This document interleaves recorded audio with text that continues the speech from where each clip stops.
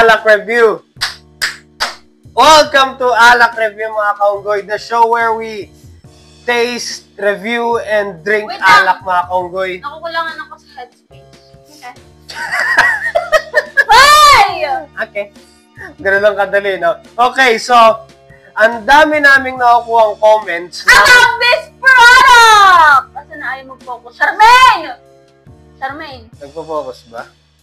Yan na, okay na. Ayan, nag-focus. So, ang daming comments tulad, itong mga comments na yan, no? Ito. Pero tama na yan. Ayan. Okay, so, ang dami sa inyo nagre-request ng Leon Extra Strong Beer. Hindi ko alam kung bakit. Leon? Leon? Yan, Ay, he's a Resident Evil. Sabihin ko Yan, sa yan si Bang Bang Boy. Ito ating iniinom ni Leon. Extra Strong Beer. So, merong Leon Extra Strong Beer. No? Ilang percent yan? 7% alcohol po ito, mga kaunggoy. Pero bago natin simulan to, gusto ko muna malaman sa mga nag-recommend na ito, bakit nyo naisipan i-recommend? Dahil ba may nagsabi sa inyo or dahil natikman nyo na? If so, natikman nyo na ano yung nagustuhan nyo about sa kanila? Well, lang, gusto ko lang malaman. Kasi syempre, di naman pwedeng kami lang yung nagbibigay ng input namin ito, diba? At malaman din namin ano yung yun niya. Ang daming comments eh. Leon Extra Strong Beer. Leon Extra Strong Beer. Ito na po. Okay? So, medyo mataas yung expectations ko. Ano amoy? Beer na beer, bro. It's giving me Red Horse flashback. Alam niyo yung mga... Pero instead of Red Horse, it's orange tayo. Yeah. So, parang sabi ko... It's rar. Hey, what? Alam mo yung sa ano? Yung sa... Shrek? Anong intro yun?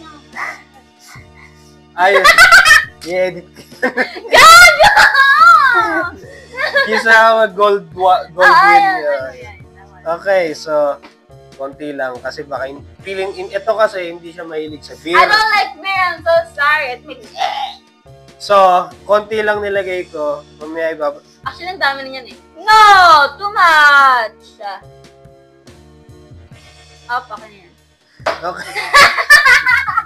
Ganyan ka konting beer kasi nga hindi nga siya mahilig sa beer. I really don't like beer. So, sa amoy pa lang, Red Horse. Red Horse.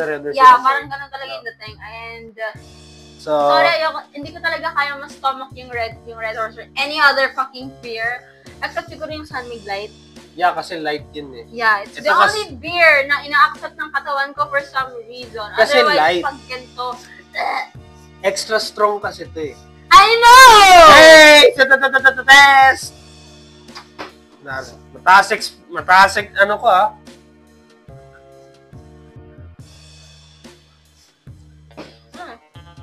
Yung lasa.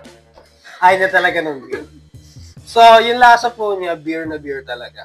Yeah, although, mapanloko or mapanlin lang yung unang sip mo, kasi yung amoy niya talaga is very nakakatakot for those who really doesn't like or drink beer. Oh, yung... Pero the moment you drink it kasi is nakaka-refreshing siya. Hindi mo siya akalaing beer siguro dahil malamig na yung pagkalagay natin sa ref. Pero the more you drink it is nandun na yung pagka-beer niya. And ramdam ko na na-acidic na ako.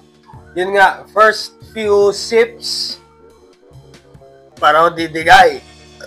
Ayan, dumigay na ako. Malakas yung acid niya. Yeah. Nakaka-acidic siya. Extra strong beer talaga. Yeah. From yung nakalagay sa packaging niya, extra strong beer. So, hindi siya... Leon yung pangalan niya, or tsaka bakit lion yung face niya, yung design niya. Hindi lang siya strong beer eh. Ano siya? Extra strong beer. Ilang beses mo ulit yung extra na yan? Hindi na siya strong. Extra strong. Di ba? At hindi lang siya extra. Strong beer siya. Charmaine! Kaya lang, napagkakamalan tuloy ako may Down syndrome. I mean, singkit ka naman, so mapagkakamalan ka talaga may Down syndrome. Yeah.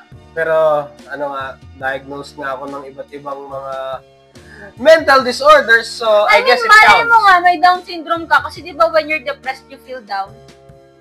Oh! Ay nga, ano masasabi mo sa Leon Extra Strong Beer at anong klaseng mga tao ang i-recommend mo ito? Talaga ba, Charmaine, you're not listening to my thought? Kaka-discuss ko lang kanina kung ano yung sinabi ko about dyan eh. Pero yun yung, marirecommend ko yan sa mga typical ninong, mga tatay-tatay natin na mahilig na sa mga beer.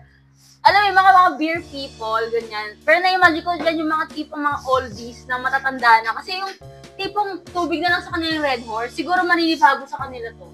Or maninibago sila dito. Natikman mo na ba Red Horse? Yes, I don't like that. Ano ang pinagkaiba ng lasa ng Red Horse dito?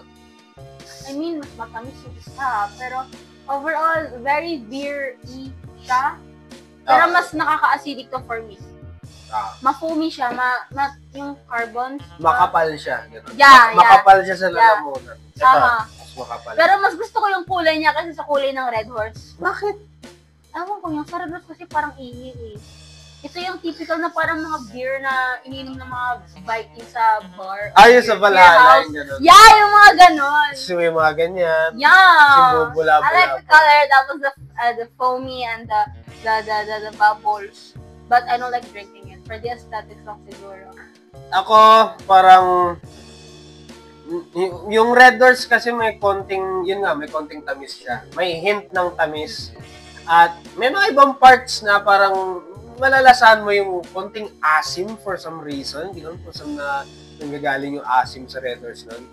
Pero, let's see the content, bro.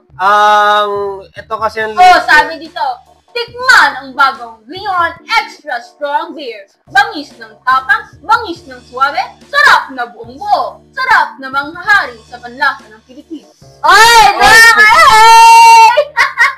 Pwede. Ingredients! Water. Malamang drink responsibly nga. Malakas siya, actually. Pag nakarami ka ng ganito, feeling ko mananakaut ka eh. Para siyang Red Horse talaga.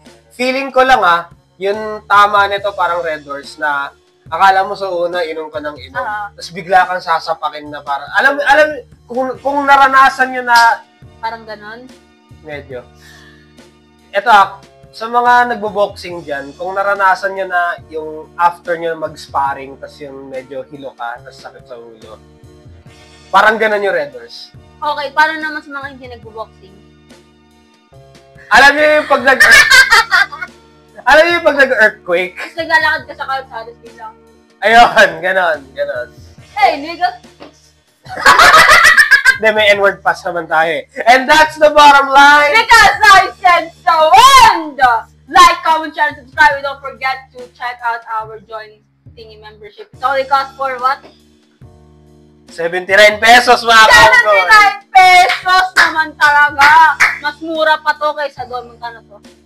77. Oh, di ba? Shot! Face! Ano yun? Dapat ganun. Wala kang base.